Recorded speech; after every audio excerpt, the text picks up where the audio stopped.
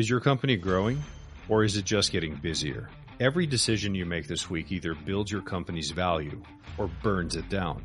I'm Norris Ayvazian, and thank you for tuning into the Service Crucible Podcast, where we skip the off-the-shelf solutions and get straight to what works. I started my career running a truck, then led service teams across the country, from mom-and-pop shops to overseeing a 20-company division inside a home services private equity portfolio. This show is where we strip it all down so you can lead with clarity and build something that actually works. Let's go.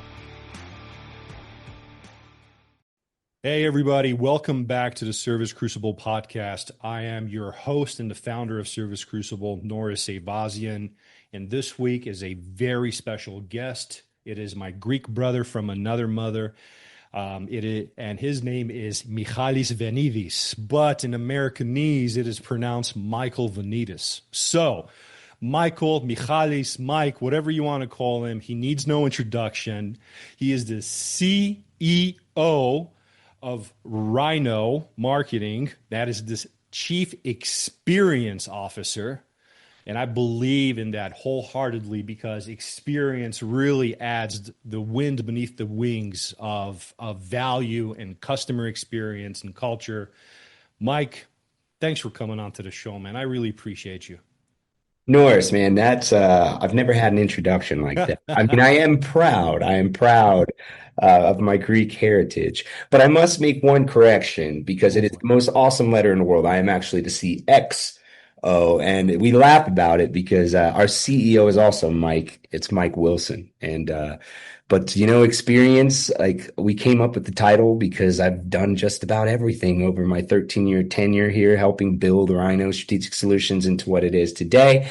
And man, when we first met, what a genuine connection. So I couldn't be happier to be here with you and to try and provide value to all of your listeners. I appreciate that, and I have no regrets in the mistake that I made about the letter EX. Epsilon, whatever we want to call it, right? It's Mike Venidis, and he's the Chief Experience Officer. You got it. Man, it's like, Mike, what I love about what you bring to the table for this show and the listeners is there are so many different parts of the country, different types of businesses. You've met all kinds of personalities, characters, you have firsthand witness, all kinds of dynamics and everything, all across the industry and so many of the different trades. And that is a very, very rare and valuable insight to have. Because I believe it helps you navigate and get to the crux of a problem or a challenge and help people articulate what to do next. So in the context of that statement, what are some of the most common pitfalls that you've seen in your average, let's say, $2 to $5 million business that's trying to get to that $10 million kind of barrier? What's the most common thing that you've seen that you're like, man, I see it from a mile away? Well, I think the first that comes to mind is just our general assumption of what happens in the world of digital marketing specifically. I think that a lot of contractors have to see a farsighted approach. And they think that they do, but it sometimes is actually more short-sighted than they may realize. And I'll elaborate. I mean, being part of a digital marketing company, we hear it all the time, like, I want leads, I want leads, I want leads. But as I teach and as I've had the opportunity to get into, the CSR room and to work with the operations of these home service companies, it's very commonly overlooked. Like, the easy thing to do is just continue to complain that you want more leads. But the truth is that the money is sometimes sitting right there, right in your building with things that you can control. Yeah. Easy thing to do is try and put the pressure on other people to solve problems. But like, if you have things that you can control, you're going to get further faster. And that might sound like an excuse being the CXO of a digital marketing company, but, I think it's my responsibility to explain that, when I deal with companies that are just entering digital marketing, it's so much better to perfect your operation and to use the free organic elements of marketing, things like Google business profiles, free SEO, like things you can do yourself without paying a cut to Google, and I think once you start to understand like the timing of how quickly leads can be generated or how reliant you can be on different marketing channels, I think that helps set you up for success as you start to expand and invest more, when you get outside of that $2 to $5 million range. How's that for an answer? How about this? That resonates so loud and clear with me that if I was a Himalayan singing bowl, people in the next house over would hear the vibrations.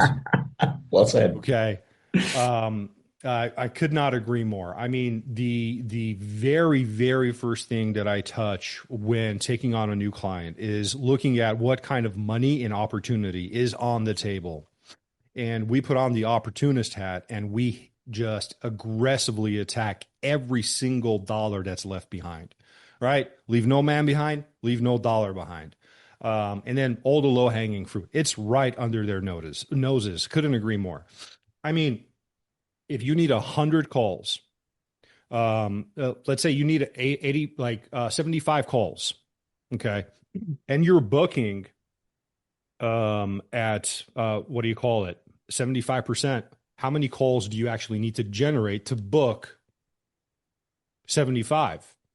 And so the higher your booking efficiency, the handoff process, the seamlessness of how you are capturing your customers, showing empathy, selecting your job types, knowing what your call prioritization matrix is, being able to put the best tech on the right call, but not just that. That's all process driven. You're going to appreciate this because you know all about the human element.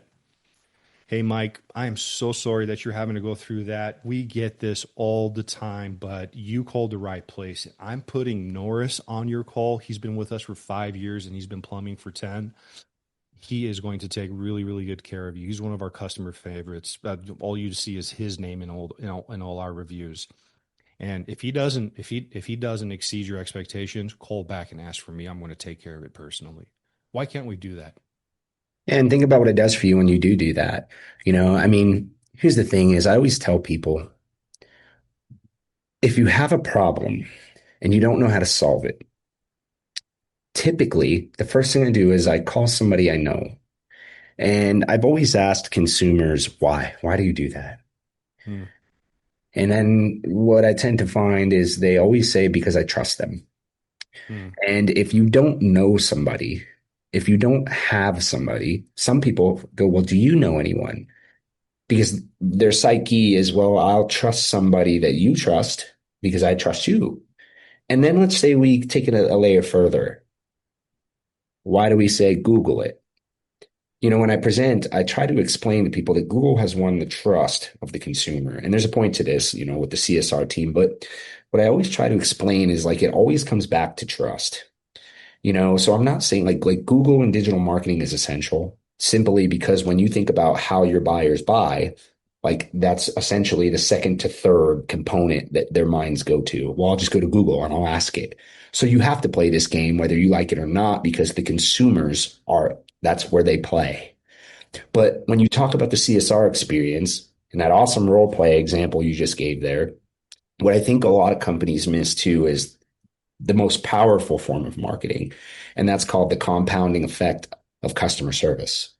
You see, if you develop trust with me through answering the phone like that, and you have a team member come to the house and you perfect your operations and your processes and your workflow, wow, right? You're going to create an experience that makes me feel good. And trust is created along the way. I talk to Andy Hobaika a lot about sales experiences, and he always tells people to stop selling and start helping. Because trust is built when you can tell that I'm genuinely having you in my best interest and looking out for you. But what we don't understand is we'd rather figure out how to throw money, at paid advertising than take the time and do the work to figure out how you perfect the process or an experience to an extent to where you're going to get compounded marketing. It's like if I was willing to bet that this field tech comes to the home or this comfort advisor goes to the home, and I know that by the time they leave, they will have this red carpet experience, then how hard is it to create some type of incentive or process?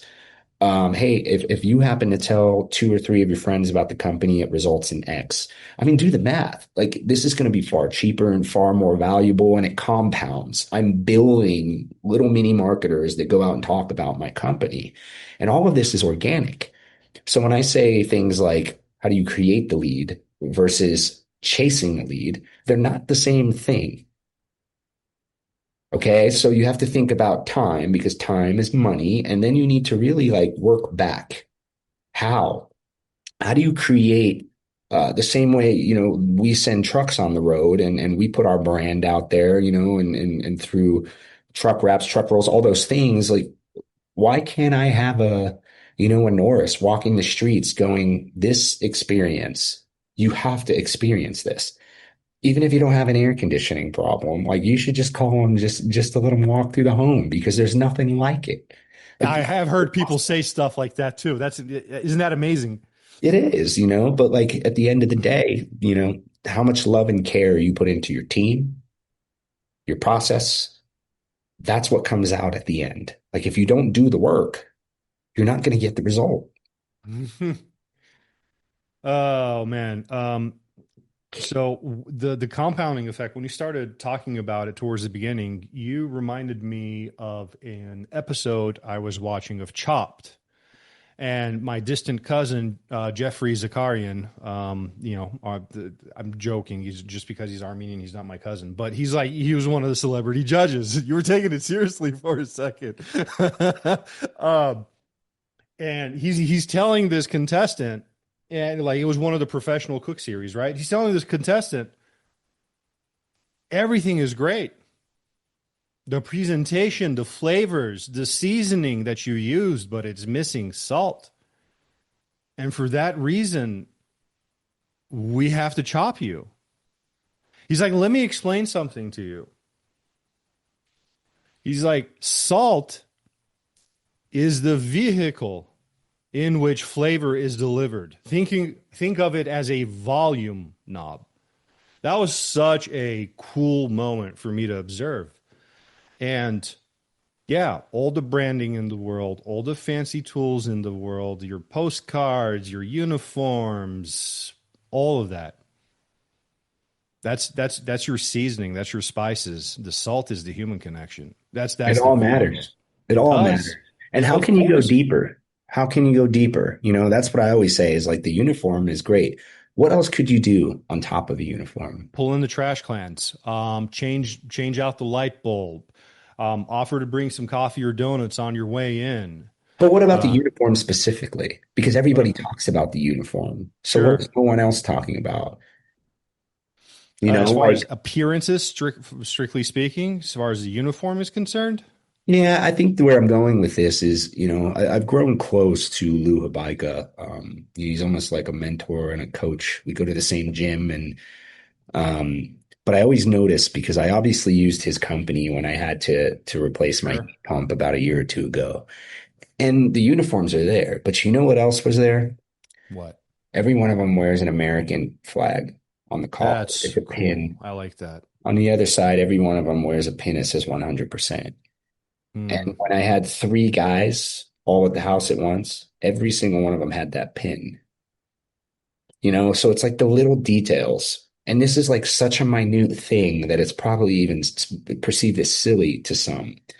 But what I'm trying to get at with this is that to be the best, you have to go the distance. And to go the distance, you have to apply that same type of detail and effort at the layers and the depth in which your competition does not. And if it's something as silly as a little pin, that makes your techs feel a certain way on their collar, it all compounds and adds up. And that's what's necessary to create an experience that causes, your consumers, your prospects, your members to compound and be your marketing voice. First job I ever had, Michael and Son Services, didn't know a thing about air conditioning. Introduced by my cousin's husband. I was trying to get another contracting job. He's like, you should try air conditioning. You got a great personality. You could be a great salesperson. I was like, whatever, let's give it a try. He's like, you got a nice shirt. I was like, no, you're going to wear one of mine. I'm going to take it to the If only kids knew how much money you could make doing that these days. Oh my gosh. You need to get it back in schools, more aggressively. Yeah, like if I knew what I knew today, like I just found out, right? And I'm like second year, 30,000 a year college education. I just drop everything and just get in a truck.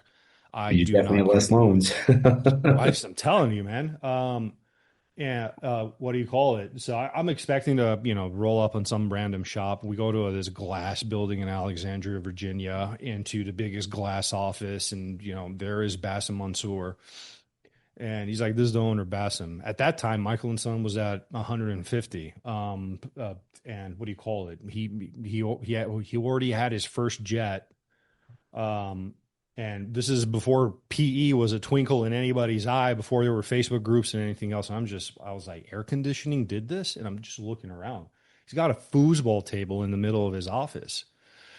And he's like, hey, nice to meet you. Rob tells me a lot of nice things about you. He's like, do you know anything about air conditioning? I'm impressed at this point. I'm like, what's going on here? Because I'm third generation trades, welder, fabricator. I was expecting, dirt and dust and metal shaving, stuff like that. Yeah. I was like, no, I really don't. But if I don't know something, I'm not going to stop until I'm very good, if not the best at it. And then we play foosball with one of his employees and my cousin-in-law, I guess. And I'm on his team. I didn't even have $20 on me at that time, Mike. And he's like, all right, you're on my team. I'll front you. So we play foosball. We beat the other team. And I'm like, hey, Bassem, I made you money before you even hired me. And he laughs at that. He calls his GM in Norfolk, Virginia. He's like, hey, I got a great candidate for you. Set him up with an interview. You're going to hire him, but I still want you to interview him. And, to start off as a maintenance tech, to kind of like learn everything, comfort advisor, rest was history. Every single manager at Michael and Son Services on their office door and embroidered onto their left chest right here was 100/0. And we all had the flag. And it's what it meant was 100% accountable, 0% excuses. And that's what your story reminded me of. And I don't think it's silly, because we would do rugs, like doormats, every time we arrived. And we would have to flip the doormat around facing the customer when they opened the door. And later on, as I got experience, I was hitting my numbers and stuff like that. New guys would ride with me. And without fail, Mike, every single time I'd pull out the ride, they're like, are you serious? You're going to do that stupid thing? That's silly. I'm like, listen, I'll bet you lunch. I don't know how you're going to pay for it, because you need a job and you're riding along with me, but you're going to buy me lunch. I don't care if it's roller food from 7-Eleven. You're going to feed me. I said, by our third call today, at least one customer is going to make a comment about this. Sure as hell. Like the second call, customer said something. They're like, oh, that's really cool that you guys do that. I mean, I love your mentality in that whole situation, because I think where people need, leaders or confidants and, people to look up to, we talk about the one we could impact, not the group that we won't. You always see the upside. I think that's very important, to teach anybody, that learns anything from us, is imagine going through, 3 to 5 homes a day, thinking about the one that is never going to stop talking about this, than the 4 that won't care. They're 2 different headspaces. And when you teach people how to think a certain way, it unlocks doors. They start to perceive reality different. I mean, it's a domino effect. Like if I can see the positive in something, it changes the way that I think. And when I change the way that I think, it changes the way that I feel. And when I change the way that I feel, the aura and the radiance, the energy, the matter, right, that goes out into the world is felt and received differently. and at the end of the day, it doesn't matter if you're a who person or a how person. Connections still lead to opportunity. I mean, that's what your story reminds me of. Like, look at the power of one simple interaction on a foosball table, but Yeah. the conversation and the energy that occurs is what causes people to start to look and say, this is somebody I like. Like, I want to bet on this person. I want to give them an opportunity. And it's honestly, at the beginning of the podcast, you had mentioned what a unique position it is to be in, one of the largest digital marketing agencies in the nation, for the services, to be able to go all around and to have represented so many entrepreneurs and business owners and get that perspective. And if there's anything I've learned, the ones that have cashed out, had successful exits, that are protecting themselves because of their wealth, what they seem to appreciate more than anything? What's that? Character, good people, because life changes. Like, when you have access to everything that you've ever wanted, everybody wants from you. And what you tend to realize is, okay, everything has changed. It's like once you hit certain phases of your life, your mindset and what you appreciate and prioritize, it adapts, it changes. So it's kind of a long-winded way of saying nothing matters more, no matter what phase of your life you're in, than character.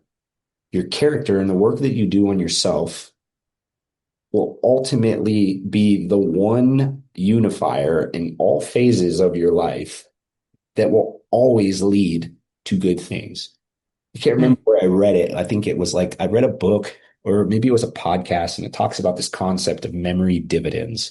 It was taught to me by Jason Bueller from Bueller Air Conditioning Oh, amazing guy. Yeah. in Jackson, Florida. Yeah. Ryno, love him. He took us out on his boat. We went to the Jaguars game.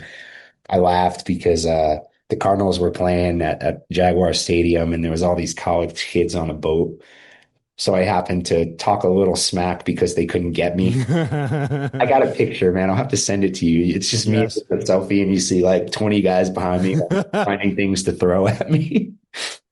But anyways, the point of this is, like, with memory dividends, you have to understand, like, that you somehow, I think it said there's 7 lives that you live in one life, and that the different times of your life, you value different things.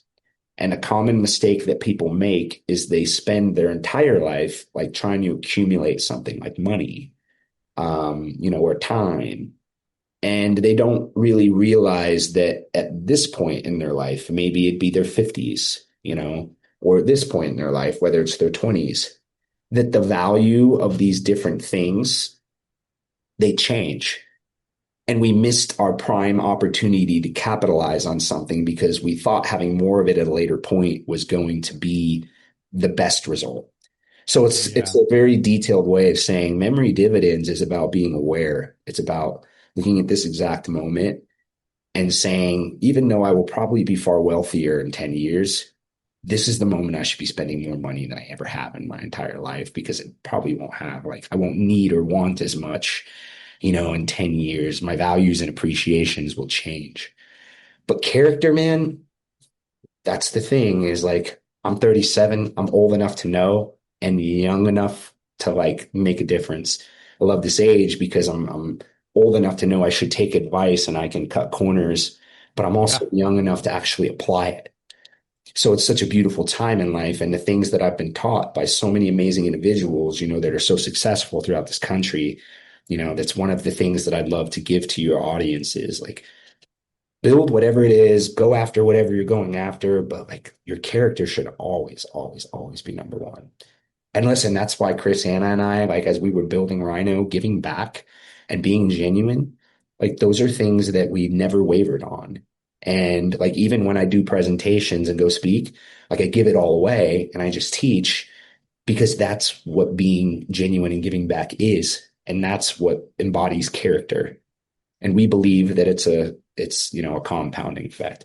So anyways, I'm going on a rant because I get passionate about this topic, but I'm gonna go ahead and stop there, man. I hope that, Oh no, this audience was enjoys this that. was incredible. Like you are just making me think of so many things. For example, the character, the memory dividends, making the most of all the opportunities that are in front of you, and truly amplifying, enhancing, and constantly evolving the customer experience through the culture that you build. It reminds me of a conversation that I had with the leadership team over at Akean. And we were talking about taking on some initiatives, some stuff that they've never done before or they've tried to tackle, couldn't really hit center mass with it. And I said, guys, instead of trying to force something to happen, because obviously you've tried it over and over again with your team, why don't we, with every action, every intention, every conversation, every customer experience, every training session, we intentionally build the environment in which what we want to happen comes into existence? Why don't we build the environment that allows something to grow? That's something that we want. And then once it does, then our obligation and our responsibility is tenfold, because now we must nurture and grow it further and allow it to survive. And that was a good shift moment for them when we were talking about that. And, we talked about dependent events and statistical fluctuations. That's one of my favorite things to talk about, from The Goal by Eli Goldratt. Fiction based off of firsthand experience of running manufacturing plants, but dependent events are something you can count on happening. Statistical fluctuation is something that is outside of your influence of, not your influence of control, but are highly susceptible to change and not be consistent because of so many influencing factors, but you can influence it nonetheless. Human behavior in a company organizational setting is a statistical fluctuation, but you can turn some behavior into a dependent event when you create that buy-in. And where that buy-in can happen is if you align the belief system and the culture, 3 to 5, 6 options, depending on the trade, every single time, setting expectations, genuinely going above and beyond, showing up on time for your training, being intentional with yourself, your coworkers, your spouse, your family, your customers, saying what you mean and doing what you say, and just holding everybody else to that same standard, so everybody meets you halfway and everybody carries each other instead of each other's weight. It's a beautiful thing that comes together, and like the main theme of where we started is, and where people can really benefit from your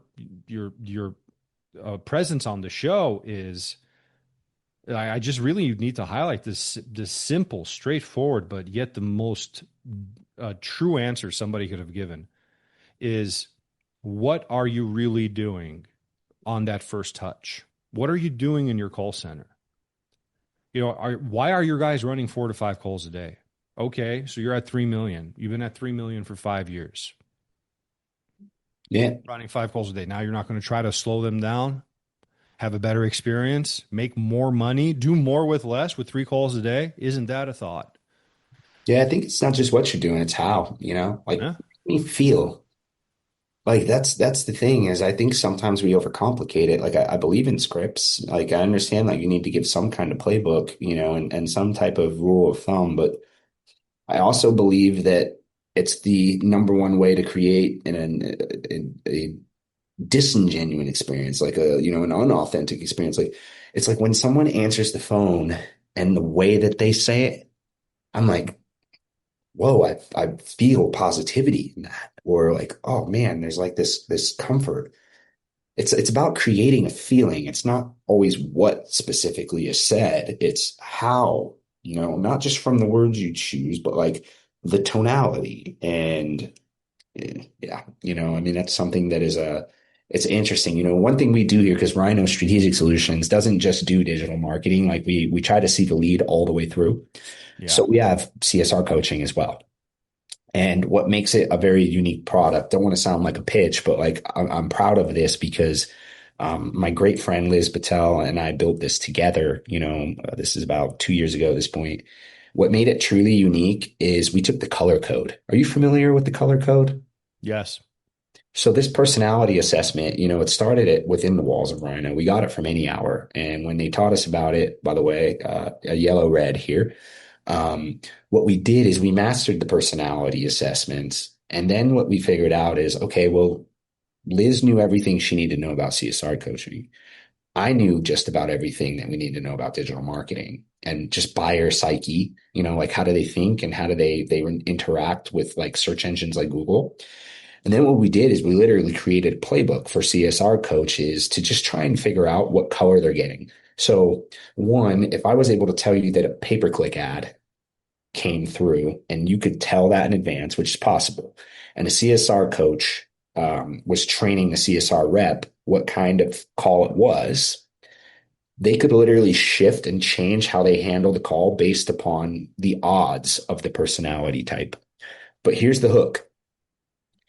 What they don't realize is it doesn't really actually matter if you get the personality type right. It doesn't matter if I'm assuming you're a red or I'm guessing you're a red because you came in a certain way. That's not actually what caused them to book better and caused the program to be so successful. What it did is it tapped into the psychological attitude of the CSR. Yes. And what the rep did is they started deep listening and they started looking and listening like between the lines. And because they were trying to figure out what the personality type was, they naturally came off more genuine.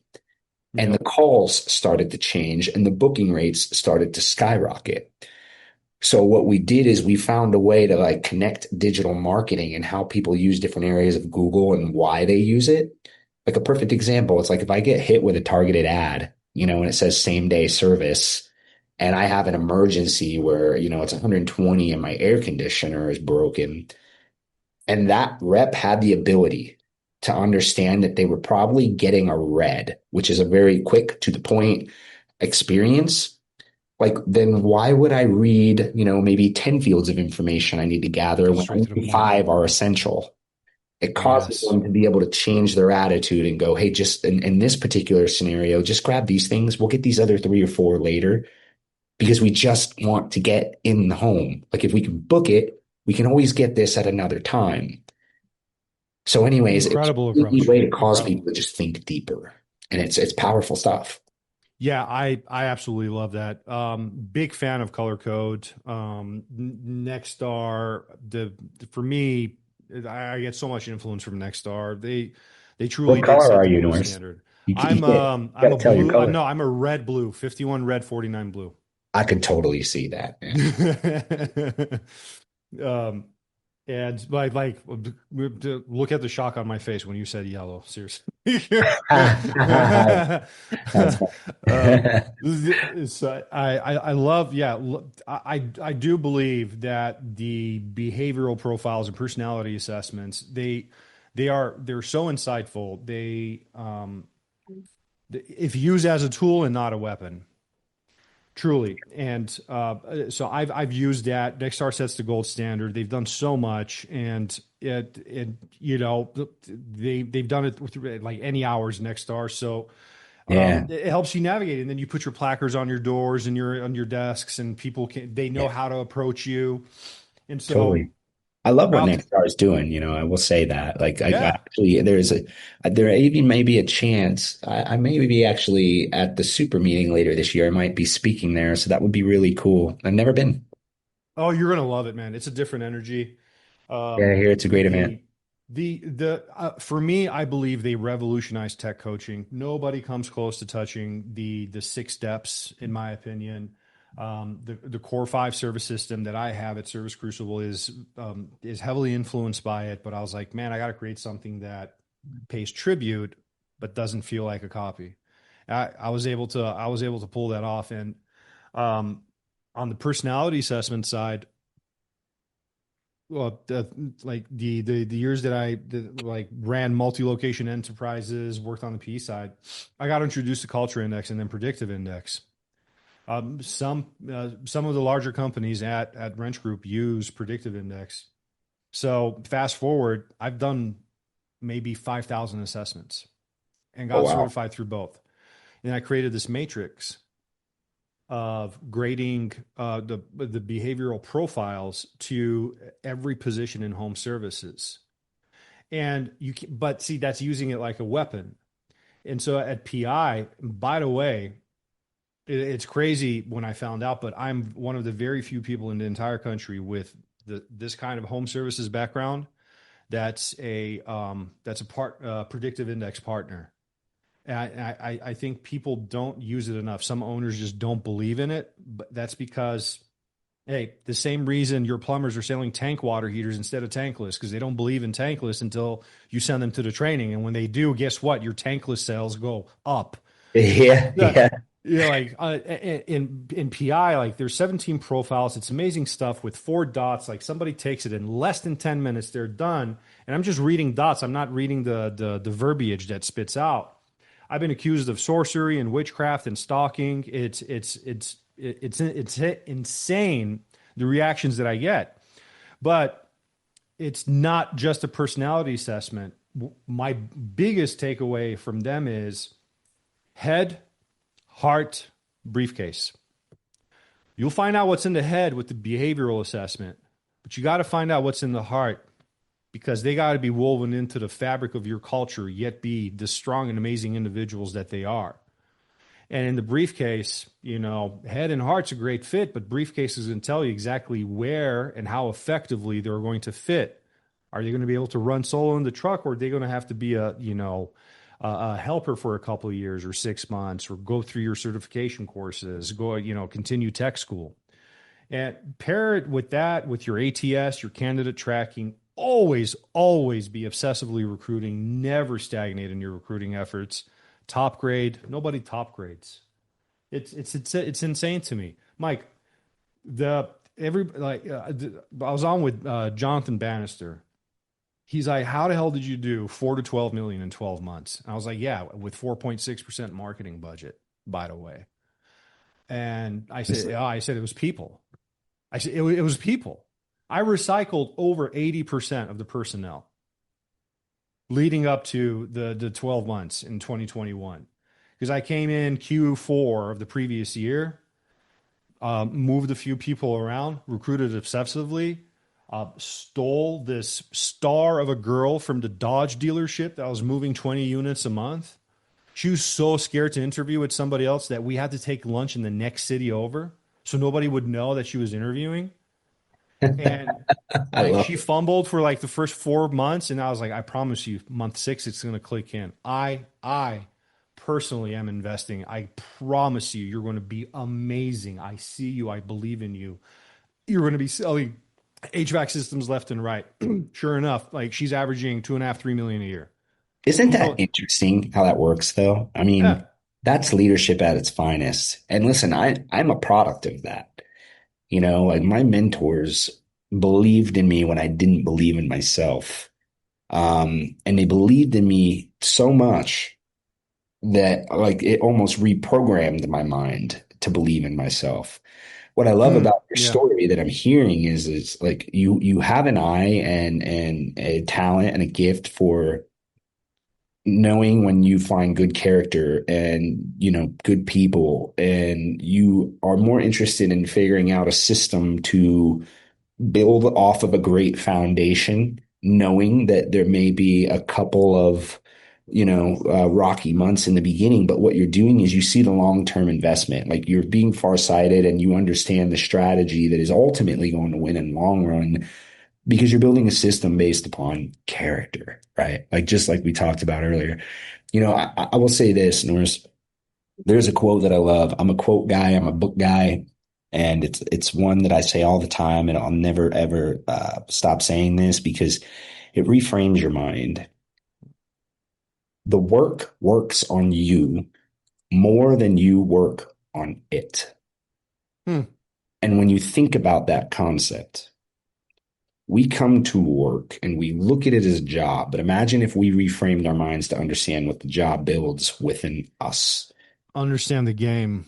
Look at the peripherals. You get good Look people, for the patterns. Oh my gosh. great people with great structure and foundation and good character that may not know the skill. I mean, this is simply just hiring for character over skill set. That's really like, we're getting into the details of the differences, but in reality, like this is the difference. Like when you get good character, people who understand like the value of loyalty, 13 years of loyalty.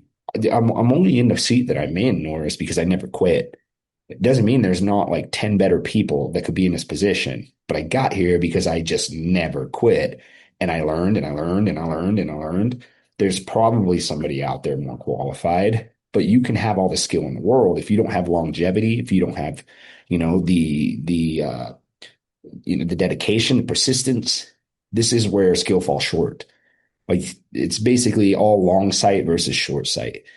And this is just a very detailed way of saying, like, I commend you, man, because like if Thank you you. know how to go in and get key players and take a company, from 4 to 12 that fast, simply by just having an eye for character and people and knowing that they're going to do well someplace and really making the bet on the people versus, we'll call it the money, Sure. because I do feel like I see that like a lot of people aren't going with 4.6% marketing budgets. They're going higher, anywhere from 7 to 12. I mean, I've seen crazy stuff even more than that, but it's always a money bet. Like imagine if you were doing the people bet, because I was bet on. I didn't know anything when I started this company. I didn't even know what SEO was. But when you find people with character and you believe in them and you bet on them, man, Odds are in your favor. they turn into.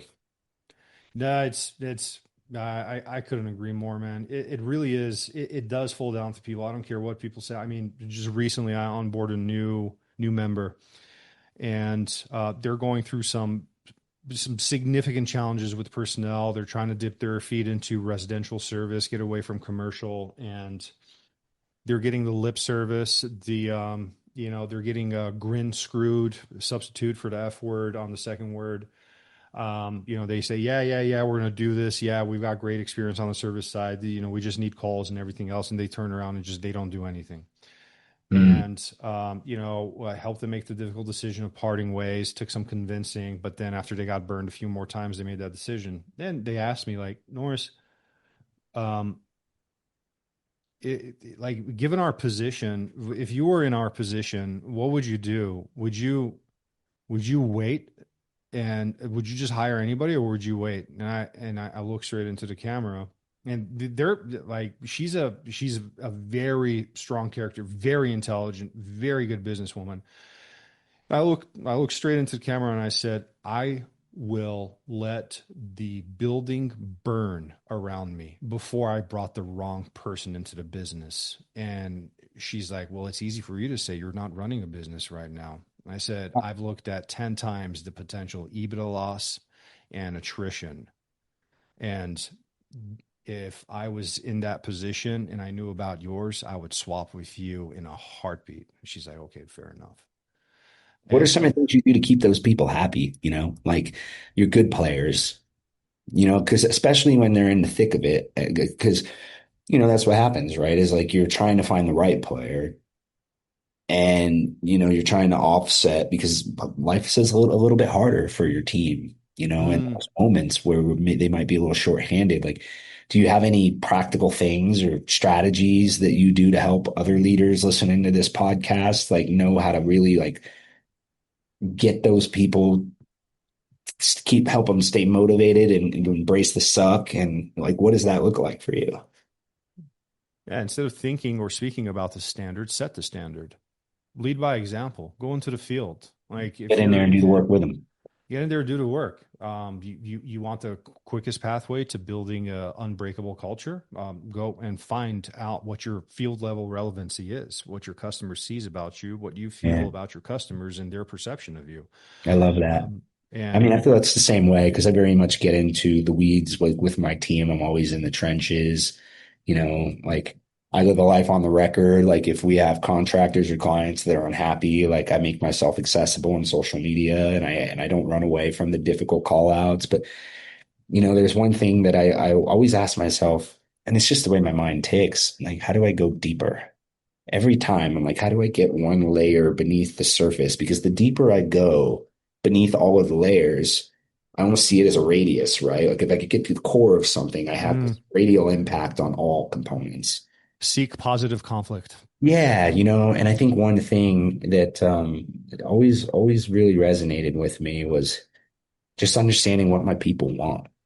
Yeah. But like more than work. Listen, I want you to go make all the money in the world as a comfort advisor. But why do you want it? Do you just want all the money in the world? And they might not always know the answers, but like I do think, and some people believe workplaces should be no emotion, black and white. And I do Yeah. think that that is essential in like a lot of processes Sure. and that there are like difficult conversations where you have to strip that out.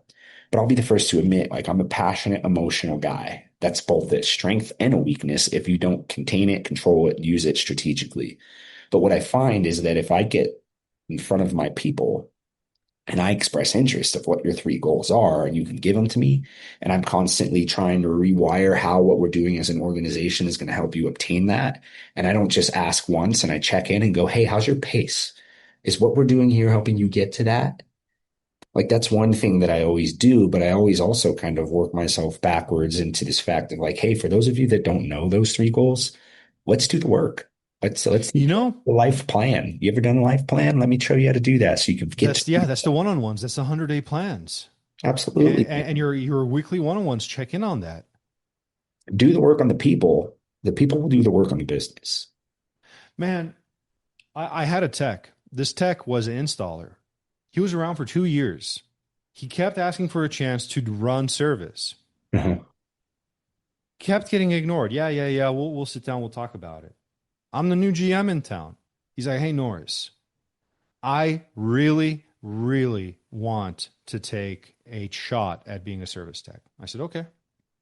I was like, it's busy right now. I got to upgrade a few of the guys, but the days that you don't have installs, like I'll just, I'll put a call or two on you. You run your install truck out there. I want you to follow the process. I want you to call me before and after. We're going to pregame and debrief. And then we're going to pass this off to your service manager, TJ. Fast forward, he was busting out about 35,000 a month in IAQ sales. Number one flipping tech, 85% plus close rate behind all of his flip leads.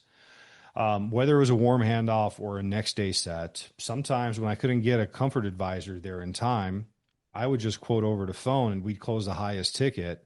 5-star reviews galore. And then he leaves a couple of years after I was gone, ends at 1 hour, and he got like 4 national awards for leading IAQ service and tech flip sales. And now he's with I can't give the company name, but he's still in the Panhandle, and it's Good for him. like how many people have stars right in front of them, And they just don't see it. why we look inward, right? Just stop looking outward. See what you have within. Yeah. It makes me think Yeah. about too, like a lot of the times that some of these comfort advisors, these field techs, like they miss out on the upsell. I mean, I can tell you when I purchased my heat pump, all they had to do is just go into the attic. I had like a gaping hole in the ductwork. The home was old. Easy extra $3,000 of ductwork, literally just Yeah. like that, like just do the additional things and you find the additional opportunities. It makes me think like that, and that's more transactional. But like when I think about the story you're sharing and how these people go on to do incredible things, it's because you're doing the additional things that allow them to get to that. Like you'll never find the gold if you don't search for it, you know. Yes. So Like earlier, what you said, I think this is an amazing point to bring up, man. You're making me remember all the good stuff, man. Like I'm going to call the Venidis sessions the greatest hits because you just make me just think about all the greatest hits. So it's like some of the strongest impressions that I had from people in some of the best teams and dynamics that I've worked in is two things were always brought up when the relationship was started, and it was such a pivotal, influential moment for me. The first question is they ask, what is your favorite and most preferred method of communication? Email, text, phone call, instant message. I was like, wow. Yeah, hit me up on Teams or Slack. That's my favorite way during office hours. After office hours, text. And if I didn't volunteer that, they would have asked, okay, what's like a secondary way to get a hold of you if it's an emergency, right?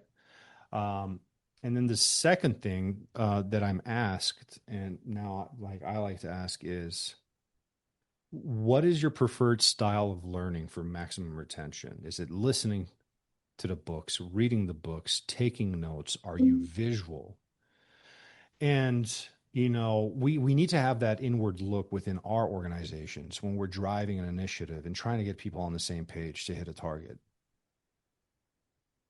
It just improves so much. It really does. It really does. Man, Mike, I could talk to you for hours. The people want to get in touch. I mean, everybody knows your face. Like they should just change the logo and put your smiling face on the hats. I totally buy that. But like, how do people find you? And if they want to get in touch, how do they get in touch? Social media. Yeah, I mean, I'm on all social media platforms. I've actually recently made a very big effort to be easier to be found. Like it's all just my name. If you do a search for my last name, I'll pop up everywhere. But I find myself doing the majority of like my industry communication on Facebook. For people that don't have that, like I'm all over LinkedIn, literally every social media channel you can think of, I'm probably there.